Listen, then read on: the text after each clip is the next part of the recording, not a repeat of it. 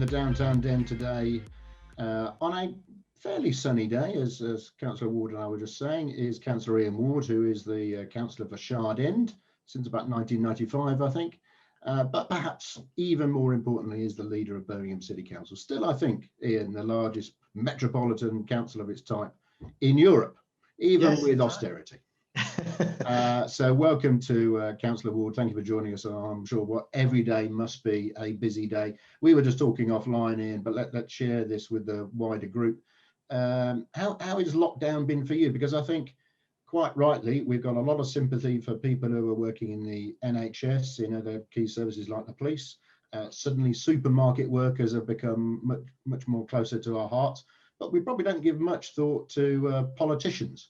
How's it been for you as a politician, and you know, particularly working in the way that you've had to work, and this wall behind you, which has become very familiar to me and many others, I'm sure. Yes, it's been tough, hasn't it, with this lockdown that's run really from Christmas and is ongoing now for at least another month or so. So it has been tough, dark evenings or afternoons, dark mornings. So it's been a difficult period to get to. I think over that period, though, you have to really take your hat off to people who have been on the front line, working in places like supermarkets. So they've had to keep working through all of this when the risk over the last 8 or 9 weeks from the virus has been increased. And it's been a really difficult time for them. NHS workers, I've nothing but admiration for anybody working in the NHS, particularly those who've been on the front line dealing with patients who've unfortunately contracted COVID-19. Their efforts have been absolutely extraordinary. And of course, the rollout of the vaccine has been the outstanding success of the last 12 months, delivered by an NHS that was already under intense pressure. It's been remarkable that we're now over 1 in 4 of the population has received the first dose of the vaccine, and we're well on the way to the vaccine actually being the release from all of these restrictions. So I really feel that although I've been stuck in the house, as you say, this background has become somewhat familiar in interviews I've been doing over the last few months. I don't feel I've been at the sharp end of this, really. This is the busy time of the year for the council because we set our budget at the end of February. So the budget meeting was on Tuesday of this week, and it's something of a relief that meeting's out of the way, and we've got a robust financial plan going forward. But really, like everybody else, I'm looking forward, now that the Prime Minister has announced the roadmap out of these restrictions, I'm looking forward to, first of all, schools going back in a week and a half's time, and then gradually the further release of the economy, and us all having the opportunity, in my case actually, to get a haircut. I'll be glad when the barbers reopen, but also I think, like many people, I'm looking forward to the opportunity to go out for something to eat, go to a pub for something to drink, and perhaps even as we enter the late summer, the opportunity to go on holiday abroad again. I think that all of these things really we've all been missing, and let's get that vaccine rolled out. Encourage those who at the moment might be a little apprehensive or a little reluctant to take the vaccine. Encourage those to take it. I can't wait to get it myself because I think it puts us in a far safer position. And then we can all return to what won't be normal life as we experienced it prior to March of last year, I don't think, but will be something resembling it, an opportunity for us all to begin to interact with each other again.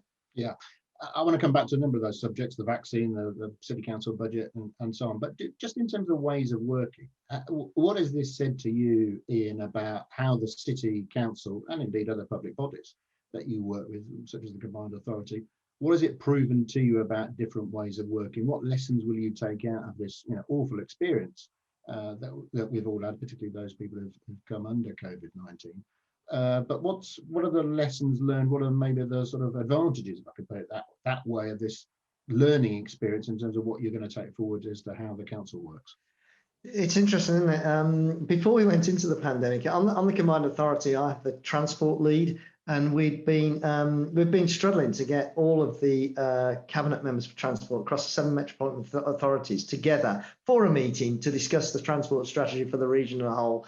And we'd had several attempts. So there was arguments about where we were going to meet, how difficult it was to get to different locations across the West Midlands, and all the while, of course, the solution was staring us in the face that it's perfectly possible to meet remotely across these platforms. And I think all local authorities really, and indeed businesses have adapted remarkably quickly last March to transferring meetings onto these platforms. And it's obviously possible for institutions like the council, but also large businesses to operate in a different way in the future. It's not going to be necessary for everybody to be commuting into city centres in the future. And that's going to be good for the environment. It's also going to be good because we'll have less congestion, which will save businesses literally tens of millions of pounds. So I think going forward, we're not going to see people working remotely 5 days a week. I remember last March when we first went into the first lockdown, everybody described it as working from home. We got 6 or 7 weeks into that. I was then calling it living at work, because you just can't get away from work. So I don't think people will be working remotely 5 days a week, but maybe 1 or 2 days a week, and that will make a difference. I think we can expect to see office space repurposed for different uses. That, I believe, that's got every chance of driving greater innovation. So we might see that as part of the solution to the productivity problem we've been confronted with since 2008.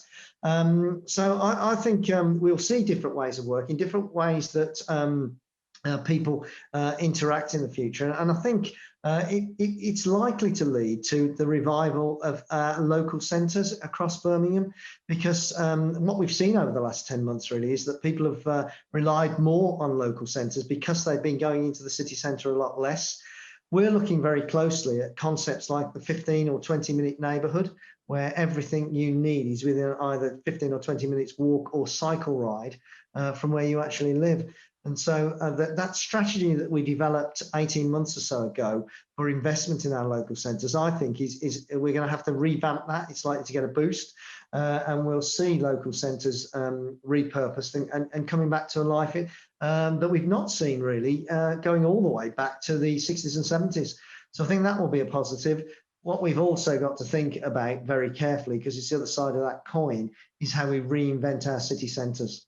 So we know that retail was struggling before we went into the pandemic. There's been a huge shift to online shopping over the last 10 or 11 months.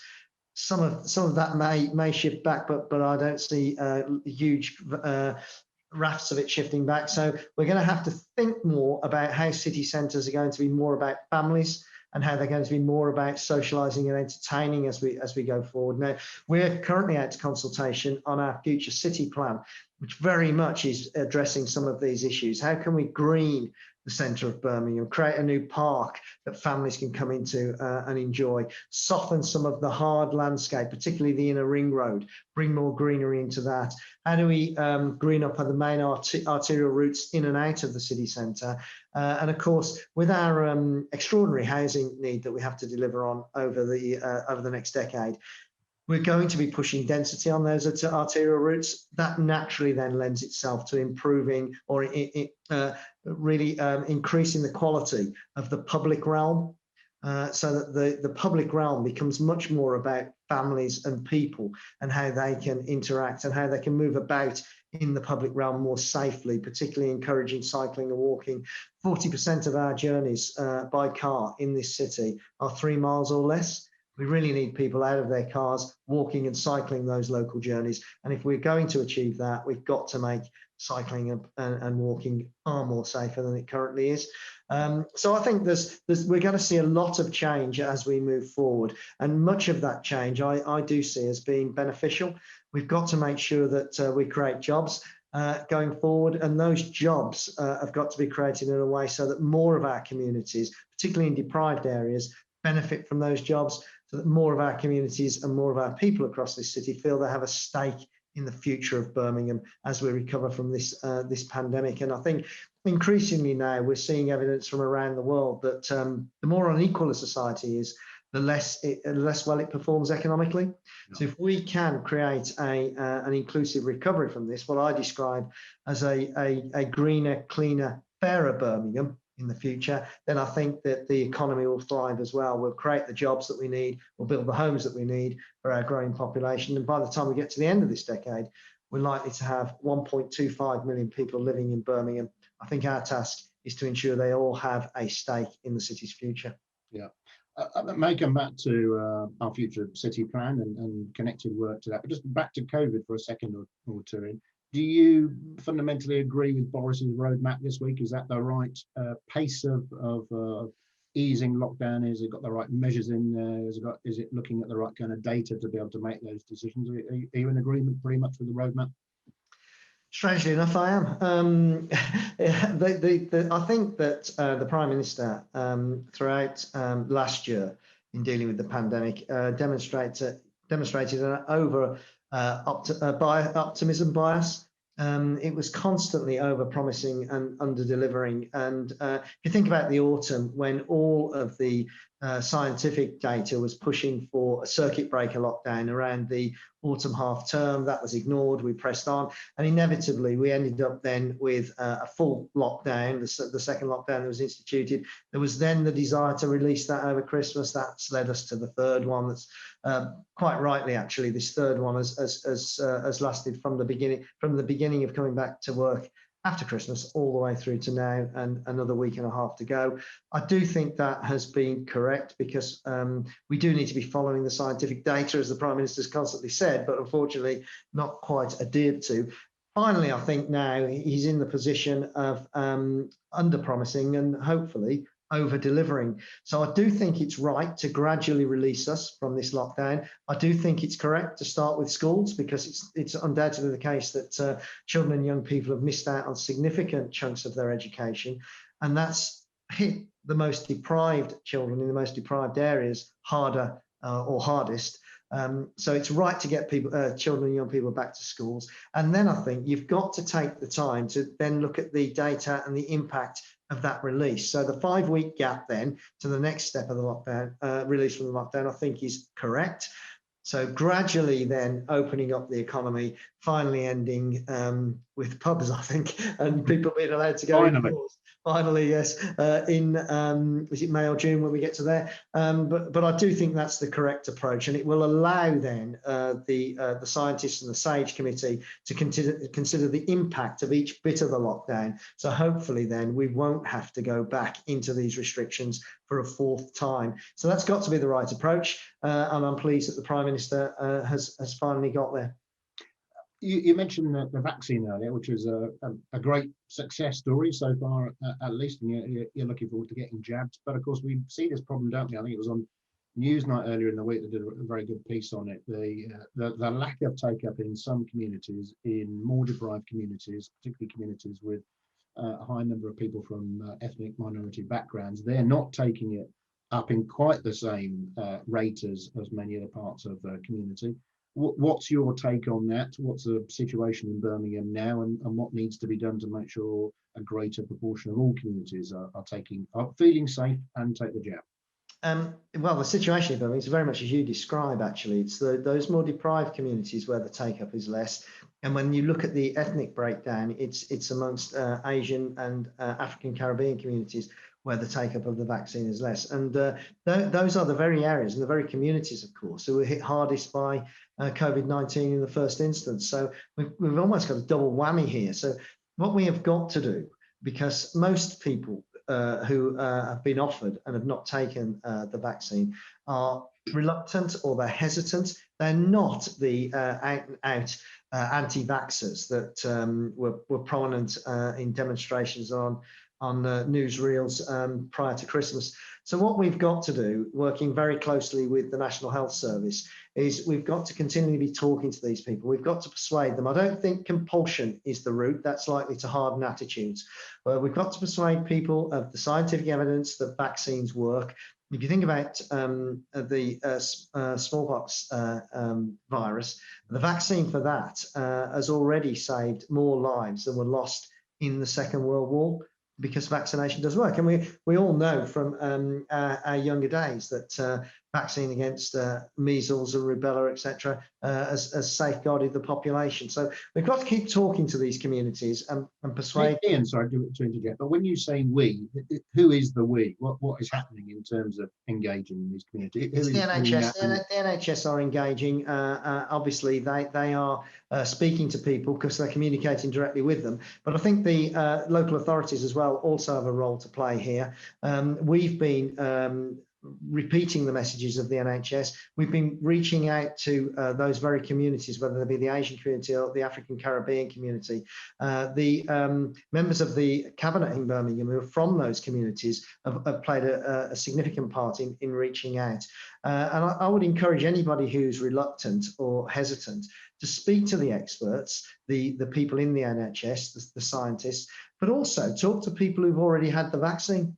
Let them tell you what the experience is like, and the fact that they're going about their lives with no ill effects, no side effects from taking the vaccine. And we all need to recognise that the way out of this is vaccination, but that's only going to work if we can get enough people to take the jab. We need to be over 80% of people receiving the vaccine. That will give enough then immunity for us all to be able to return to more normal lives. And I'll do whatever I can to talk to people. I'm more than happy to talk to anybody who's reluctant or hesitant.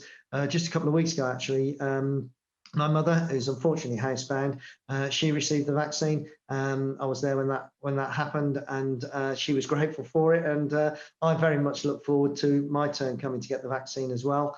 And it'll be a relief because it puts us all in a safer position, and I will be far less reluctant to go out and interact with other people once I've had the vaccine. Yeah. Now, you're looking forward to your jab, but I know you're also looking forward to getting to the pub, as am I. But the serious point here is that, of course, you touched on retail, but the hospitality sector has been decimated, of course, by this pandemic and what we've had to do in terms of economic lockdown. But of course, hospitality has been leisure more generally. Great restaurants, great bars, cafes, etc. has been one of the great success stories of Birmingham in recent years. What are we doing to build that sector back up and make sure that when you and I both want to get to the pub again, that there is actually a pub and a cafe and a bar and a restaurant there ready to take our business? Well, we have been very supportive of the hospitality sector in Birmingham. We've continually lobbied the government throughout the last 11 months to provide additional support for them. They've benefited obviously from the business rate relief, and that's benefited a lot of businesses. We're now lobbying the government to continue that to the end of June, along with the business rate relief through the next financial year, and to continue the furlough scheme through to the end of June to give support to all businesses, but particularly hospitality.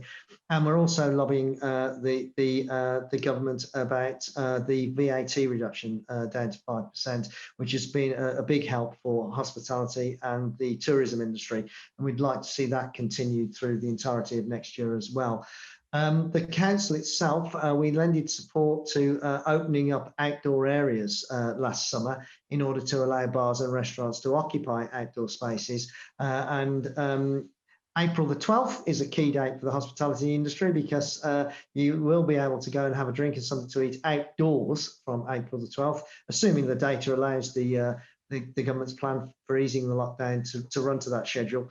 So we are making sure that from that date onwards, those outdoor spaces that we opened up last year will be available again this year. And I would encourage the hospitality industry to utilise those spaces. And if they want to engage with the council about additional space and capacity, I'm willing to have that conversation. I think as we come out of the lockdown, actually, I'll be pushing forward with further pedestrianisation of the city centre because, again, that transforms the environment, makes it safer for people walking, cycling, and indeed, let's not forget, we're running a pilot with electric scooters as well in the city at the moment, so it makes it safer for that as well. And I want to see the hospitality industry thrive and come back strongly because, as you said, Kevin, I do think that before we went into this, we'd reached a position in Birmingham City Centre where the restaurant and food and beverage offer in the city centre was really far better than anything I've seen before in Birmingham,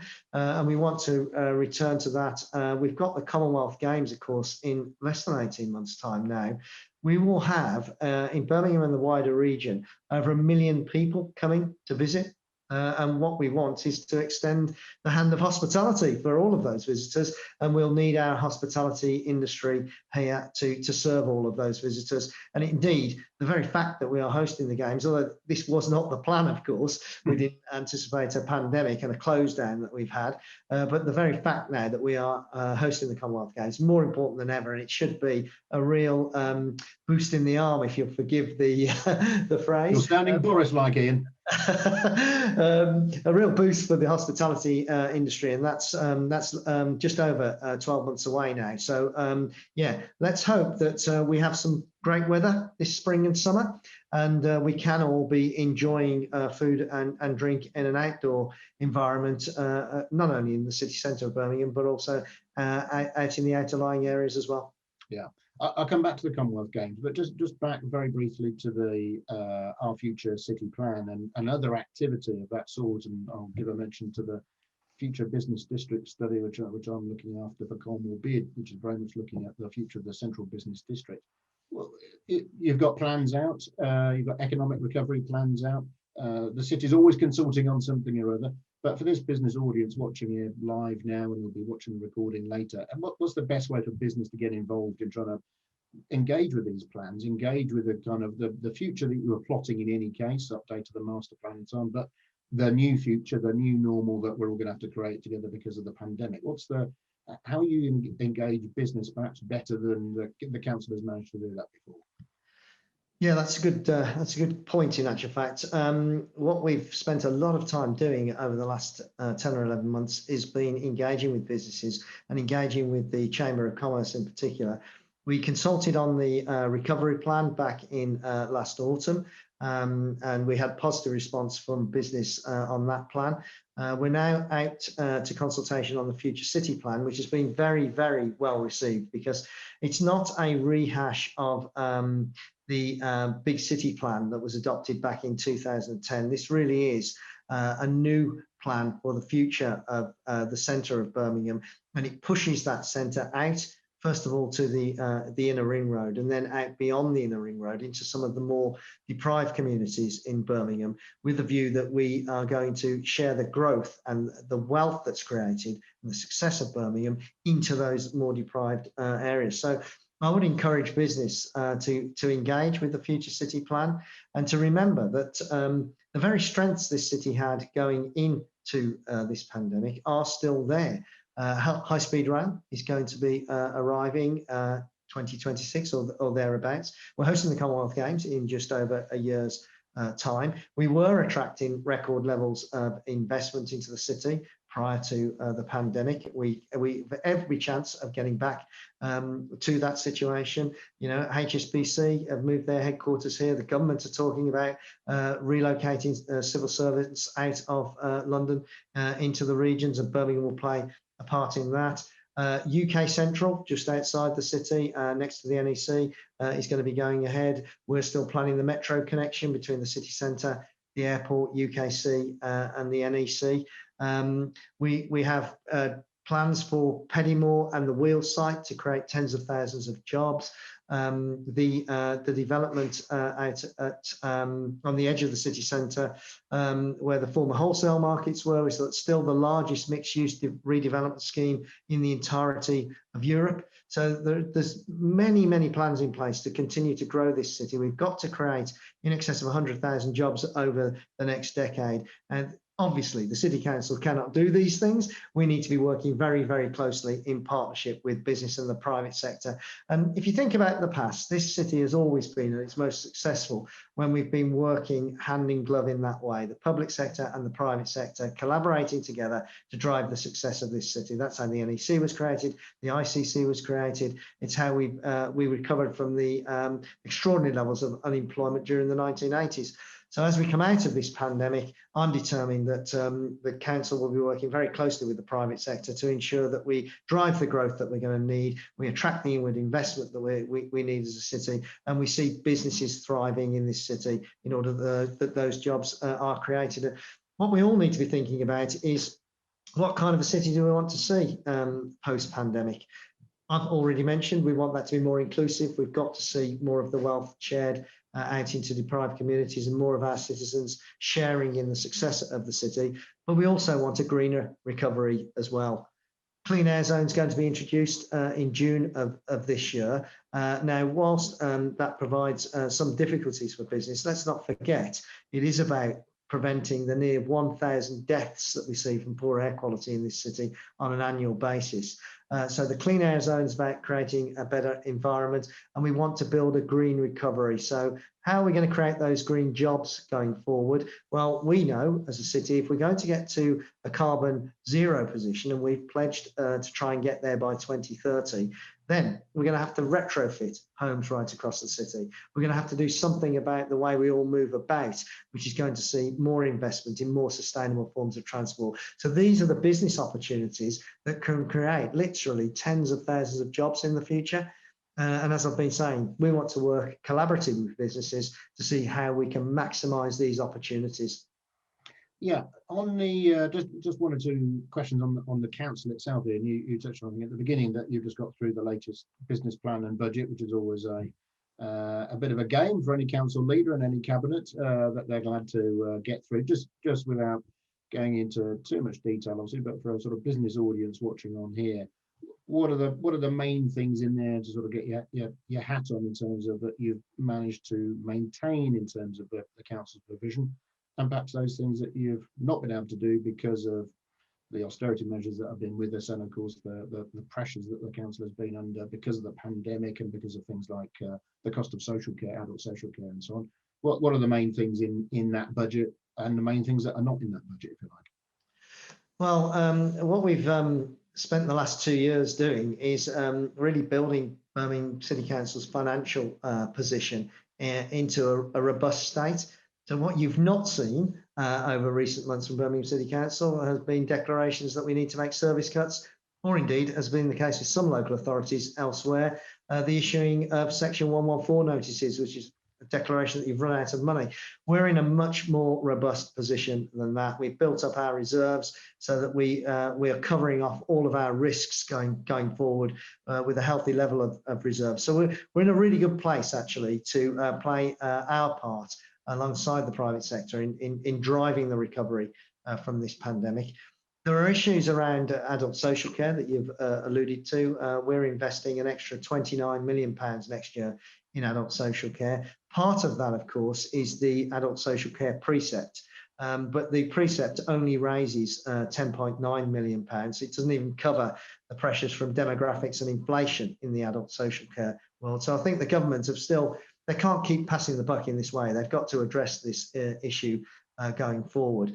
But as far as the business community is concerned, we're not standing still, as I've been saying, that there's going to need to be new approaches as we recover from the pandemic, and local authorities are going to need to adapt, and they're going to need to set themselves up to deliver things that they've not had to deliver in the past. So we've never had to deliver the recovery program from the pandemic in the past. So what we're very much looking at is how can the City Council play its role in increasing the pace and scale of development and growth in the city.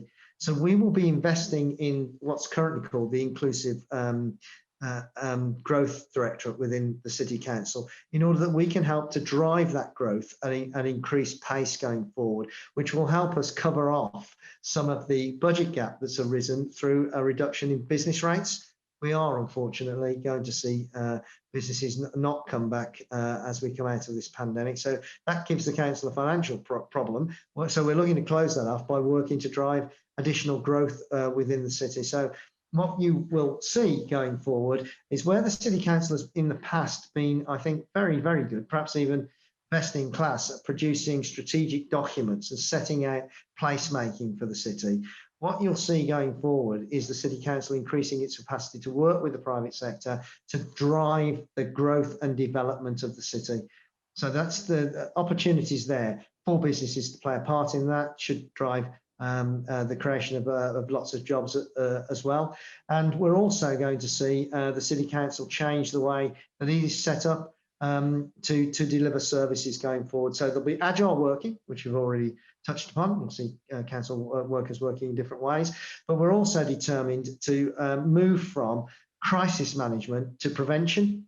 So seeing the City Council intervene in people's lives earlier before people fall into crisis, that not only saves money for the council in terms of council services, but it's in the interest of people as well, because it avoids them getting into that crisis situation, and should result then in people being able to play a more meaningful role both in society and in the Birmingham economy. So I think you can expect to see a different approach from the council as we move forward. The council being more agile, more adept, less council operations running out of buildings. So you're likely to see the council release some of its property assets as we go forward, and that will be an opportunity, I think, for inward investment and further development of businesses and jobs. And as I've been saying, really, we want to work more closely with the private sector to ensure that we all have a stake in this city. And that's very much the future city plan, actually, that I don't want that to be seen as a city council plan. I want that to be seen as a city plan, a City of Birmingham plan, and it to be owned by all of our partners and stakeholders as we move the city forward over the next 10 years. Now, what you don't have, of course, Ian, permanently now, or not going to have for a little while, is a chief executive. Which people might think is odd, and they might be questioning whether there's people in the local authority world who don't want to work for Birmingham, or perhaps that you don't think anybody's good enough out in the local authority world to come and run Birmingham. Which is it, and when are we going to have somebody who stays in post permanently and for longer than about 18 months? Well, that's another good question, isn't it, given the track record on Birmingham City Council? But let's be clear, it's not a case that there's nobody capable of playing the role of chief executive on Birmingham City Council. When I became the leader back in 2017, we had an interim in place, Stella Manzi. We then moved to appoint a permanent chief executive, Dawn Baxendale, and she was getting on and doing the job. Unfortunately, because of her personal family circumstances, she decided that it was in the best interest of her family to emigrate. It was something that her and her husband had long had a desire to do, and they relocated to New Zealand. So that left us. That's running a long way from Birmingham, isn't it? It is running a long way from Birmingham. Yes, I don't know what I did to upset her, but there you go. So that left us in a situation where we had to have another interim arrangement. Unfortunately, the recruitment process that we ran following that, we didn't manage to find a candidate we felt we could appoint. So we then moved on to an interim arrangement with Chris Naylor, and I've been working very closely with Chris Naylor to develop the plan that the City Council is now working to, which I've been describing, a different way of working, intervening earlier, driving growth at a greater pace. So we've got that plan, and I very much thank Chris for the work that he has done in helping to develop that. Again, unfortunately, because of his personal circumstances, Chris has decided that he is going to return to London and to Barking and Dagenham, which leaves us again seeking someone to come and do this job. Now, we've reached out to our recruitment partners in order to recruit another interim to get us through to the period of the Commonwealth Games, because I do think we need to make an appointment very quickly to get us through to that period. Our partners, which include the government, of course, are looking for certainty in the council playing its role or its share of delivering the Commonwealth Games. So that's important. And I'm pleased to say there has been lots of interest in this role from people, very prominent chief executives up and down the country who are showing interest in this. So that's encouraging. I'm hopeful that we can move on very quickly as a result of that to get an interim in place. And then once we have delivered the Commonwealth Games, we'll then turn our attention once again to a permanent chief executive for the City Council. And I've no doubt that once we're out of this pandemic, because let's be honest, recruitment is rather difficult at the moment in the lockdown. And, in fairness to people who might be interested in the job here at Birmingham City Council, everybody's got their head down doing whatever they can to ensure that we recover from the pandemic and we deal with the impacts of it. So once we're past the Commonwealth Games, I'm confident we will see a strong list of candidates coming forward for what is still the biggest and the most attractive job in local government. I'm confident we'll recruit recruit someone who will do a great job for this city and the City Council in the future. Let's talk about the Commonwealth Games that you touched on earlier and just now coming up. You went early, as it were, went sort of 4 years earlier to fill the gap that Durban left. Then a pandemic came along, and we've got through our second wave of it, or hopefully we've got through our second wave. It's full of challenges, and mounting any event of that scale is full of challenges. You've had to rethink the way you do the athletes village. Let's talk about two words that business understands: a risk and opportunity.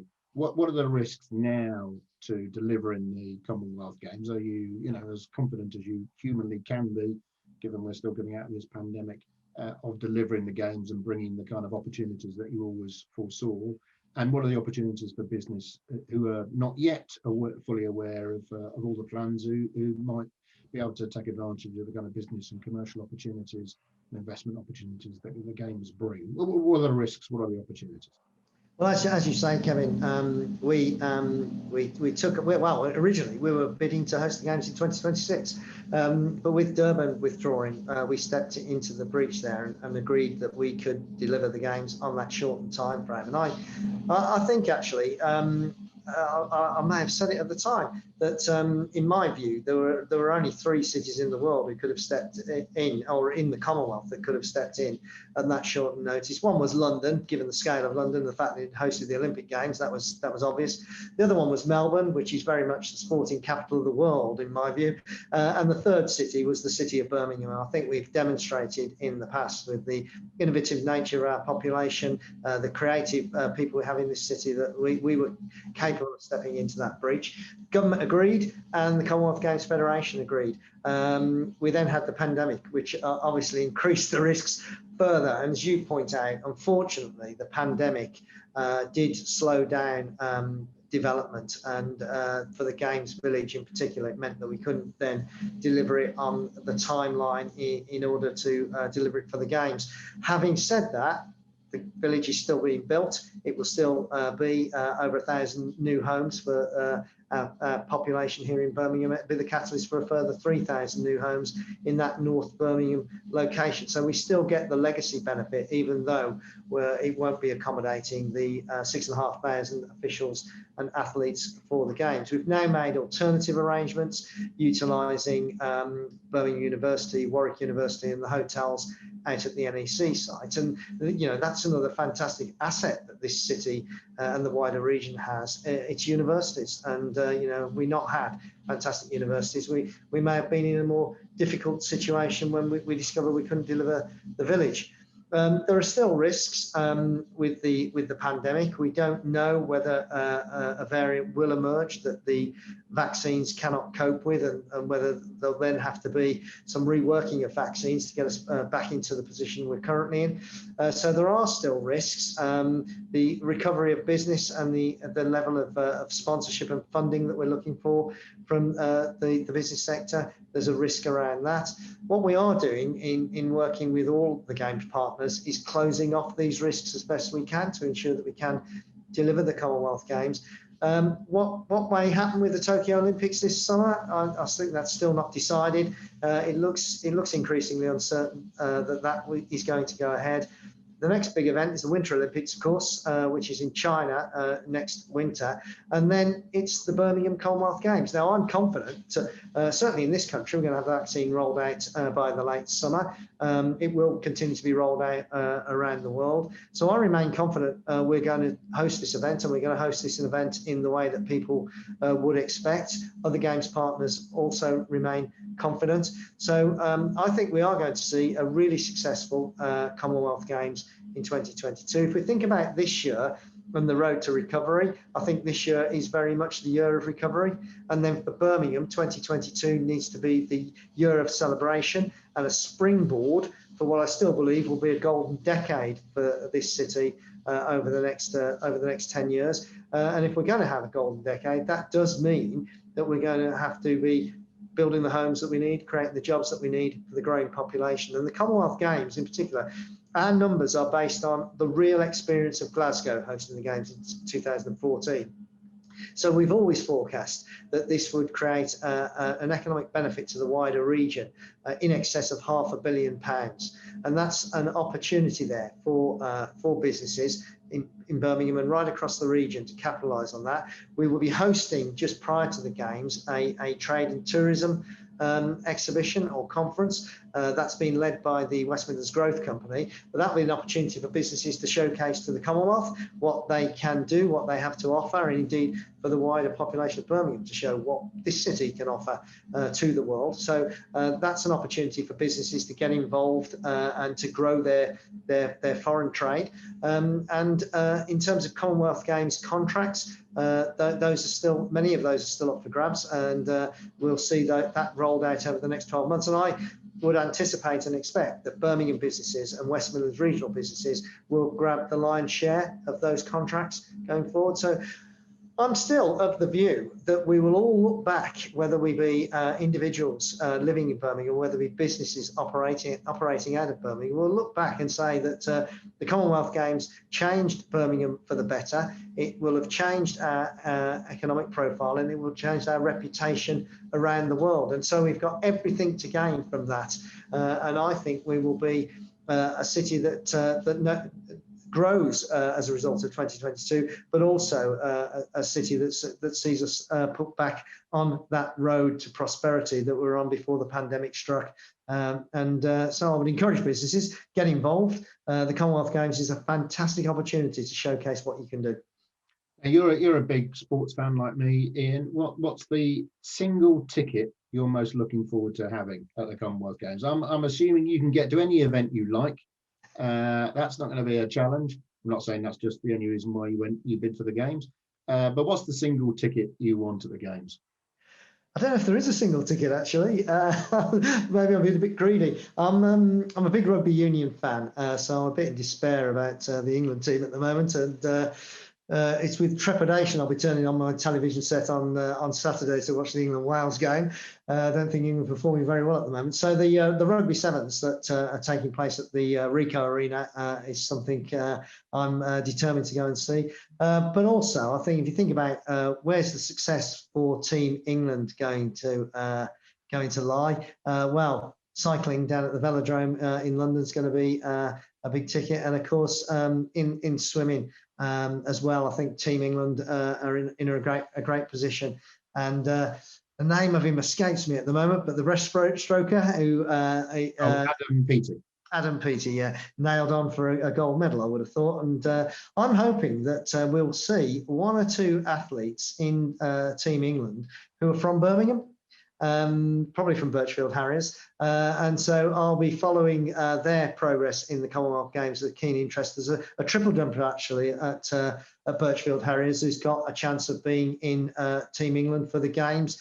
It's a coincidence actually that she will be 22 years old in 2022, competing in the 22nd Commonwealth Games. So it would be great if she was to win a medal in Team England. And of course, just coming back to the swimming, we're going to have a state-of-the-art aquatic centre at Sandwell, just across the border, that will be the preeminent aquatics facility post-game. So seeing Team England go to success in some of the swimming events in that aquatic centre is important.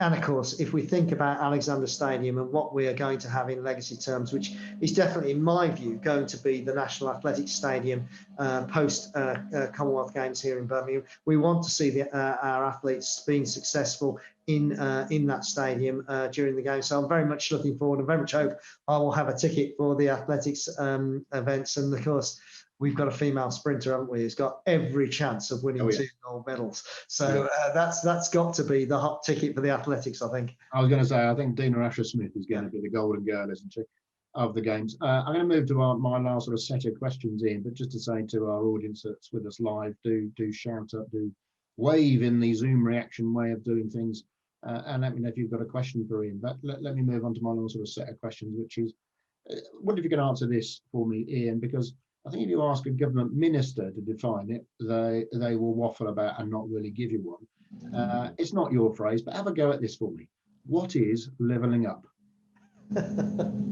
Well, yeah, what indeed is levelling up? We've never had a clear definition from the government of that, nor of building back better. I don't know what that means either. But for me, what levelling up has got to mean is that the economies outside of the City of London and the South East have got to be given the opportunities to grow and thrive. If you look at any other European country, they do not have most of their economic growth and benefit focused on their capital city and the region around their capital city. That's not the way other modern European economies work. And I think government has got to give the freedoms and the funding.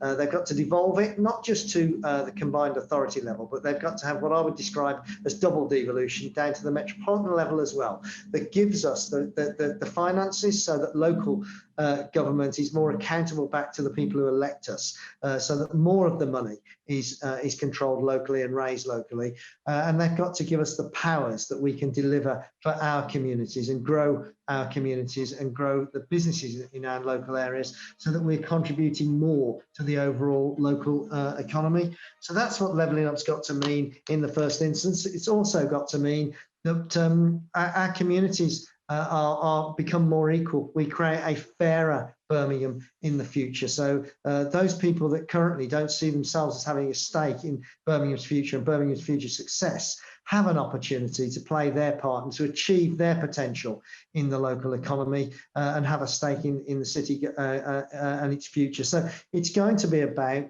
creating green jobs, yes, but creating jobs and skilling up our population so that they can access those jobs. And we have a fairer economy going forward. And I said a little earlier that there's growing evidence now around the world that the less equal a society, the less successful it is. So we've got to create a more equal society going forward if we're going to address that productivity issue and grow our economy in a fair way. And at the end of the day, it's a no-brainer to me. If people in this city do not think that the city is for them, that the city is the city economy acts in a fair way that they have a stake in, then we're just storing up problems for the future. We've got to bring people with us. We've got to have a fairer economy. So that's levelling up for me. It's allowing Birmingham and the wider West Midlands the power and the funding that we can play the full part in the UK's economy and ensuring that we bring all of our people with us. Yeah. Now, we've got a degree of devolution, probably you and certainly I would say not enough devolution. And within that devolution settlement, we've got a mayor election coming up, which is going to be a year late because of the pandemic. I'll take a wild stab and say that you'll be voting for Liam Byrne. But before we perhaps touch on Liam, in the nearly 4 years, an extra bonus year he's had, what's the best thing that Andy Street has done as mayor?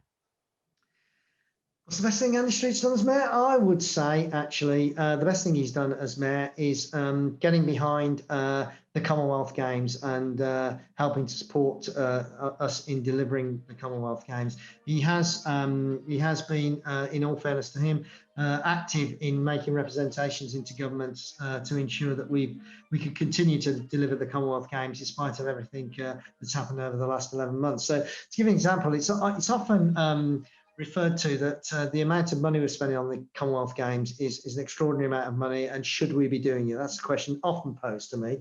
So for Birmingham City Council, we're putting in £184 million. So first of all, for every £1 we're spending, we're getting £3 of investment back for the government, and we wouldn't be getting that through anything else we'd be doing. Actually, it's the Games that's giving us that government investment in Birmingham and the wider region.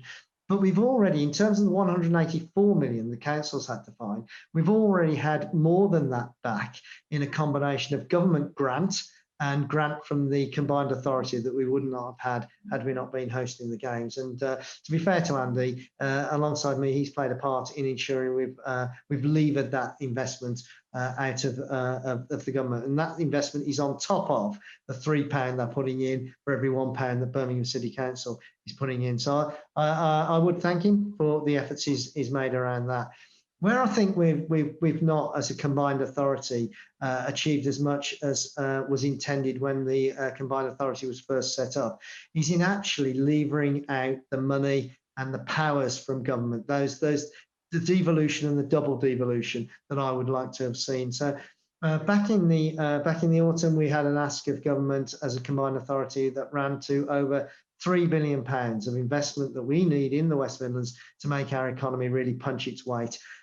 In the event, we've received £66 million. So, we're falling well short here of what we need from the government and making our case to the government. Over half the people in the West Midlands, half our wards have people living in poverty. We need to do more to level up, to use that phrase. So we need to do more to get this devolution out of the government. Youth unemployment has risen dramatically over the last 12 months. We're now seeing in the city of Birmingham something between 1 in 4, 1 in 5 of our young people out of work. So we are going to need government to be working closely with us to address that issue. In terms of Birmingham alone, in the month of January, 29 of our 69 wards saw an increase in unemployment. So, we've got to do more to put more pressure on the government to help us with these matters, devolving those powers and those budgets. We need an ambition, actually, to become the first region in the country that is carbon zero. We need to set ourselves that ambition. The Combined Authority is not doing that at the moment. Birmingham City Council has set a target of 2030. The Combined Authority is lagging a little bit behind with a target of 2041.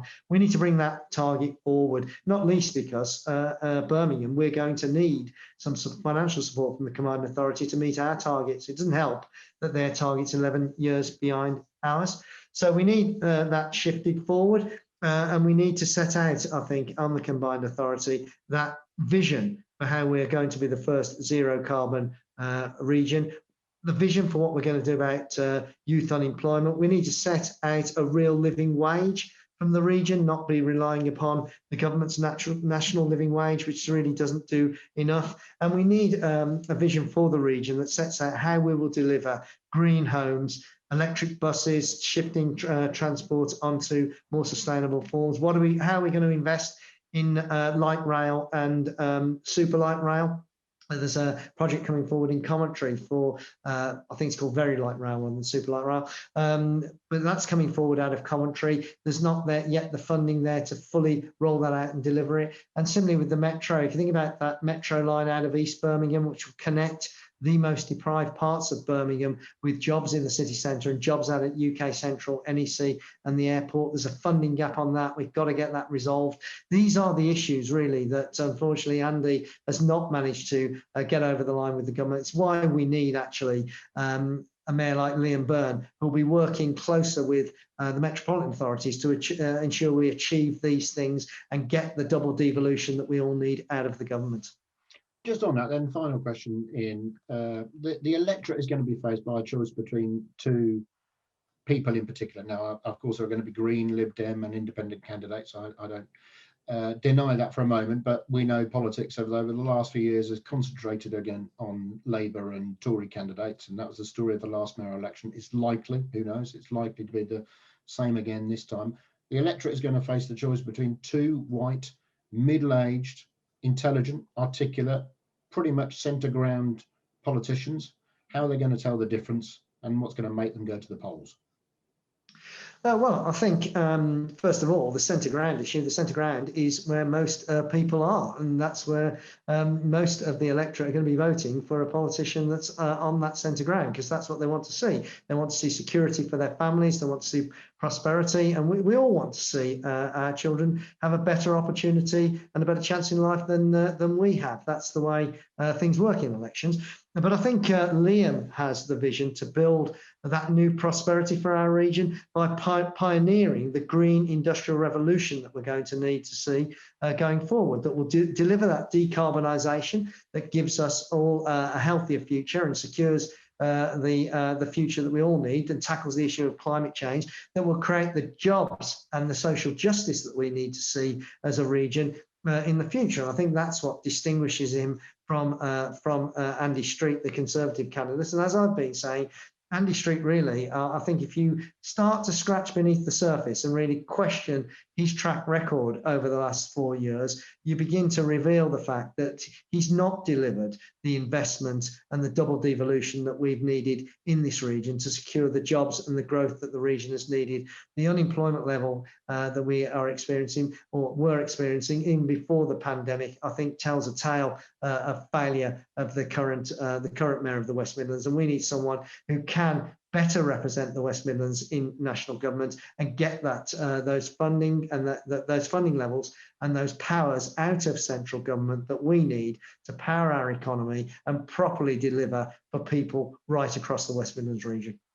Okay, well, they're the issues, and I think probably my main hope, and I'm sure yours is, Ian, is that people engage in that election. That will be the risk I think we all face, is that with much bigger things going on all around us and this recovery starting, that people do remember there's an election on, and they recognise what the issues are and vote accordingly at the polling station, or increasingly by I would echo that, Kevin. Whichever way, in all seriousness, people are intending to vote. It's really important that people vote. It does make a difference. It does matter for people's lives and the life chances of young people going forward. So whatever you're intending to do, we will be, as a region, ensuring that polling stations are made COVID-19 safe, and that going out to vote is going to be as safe as it possibly can be. So I always encourage everybody, register your vote. That's what democracy is about. That's what grabs my attention as a politician. I've been asked this question before. What do I need to do to get your attention, Ian, if I want something done? And my answer has always been, go out and vote. Because if I know you're going out to vote, you will have my attention. Yeah. Okay, well, that's a good message to end on. Here's your very last question before we let you go. And thank you for giving up so much time to downtown. When we're all together and we're doing this, or Frank, who would have said earlier, by the way, that Liverpool could have hosted the Commonwealth Games if he was doing this today, but I'll agree with you about Birmingham's potential. If we're doing this again, Frank or I interviewing you in the Den in 4 or 5 months' time, what's your first drink? My first drink. My first drink. Well, I think when the pub's open, my first drink is going to be a pint of British bitter. That's going to be the first thing I'm going to be ordering. And in all seriousness, although as we've been saying, that sector has suffered probably more than any other sector over the last 12 months. I do hope that in the budget next week, the Chancellor of the Exchequer is going to do something to encourage us to go out to bars and restaurants rather than continue to buy drinks from supermarkets. I think if there's one thing I would, more than anything else, be saying to the Chancellor of the Exchequer, do something that reflects what you did last summer with the Help Out to Eat Out, something that will encourage us to go out to bars and restaurants and give that sector a real boost as we come out of these restrictions. Well, I'd echo that, although I don't need any extra encouragement. But Councillor Ian Ward, the leader of Birmingham City Council, thank you very much for your time, and to everyone who joined us here live in the Den or is going to be watching back on YouTube. Thanks for watching on, and we'll see you all very soon. Thanks, Ian.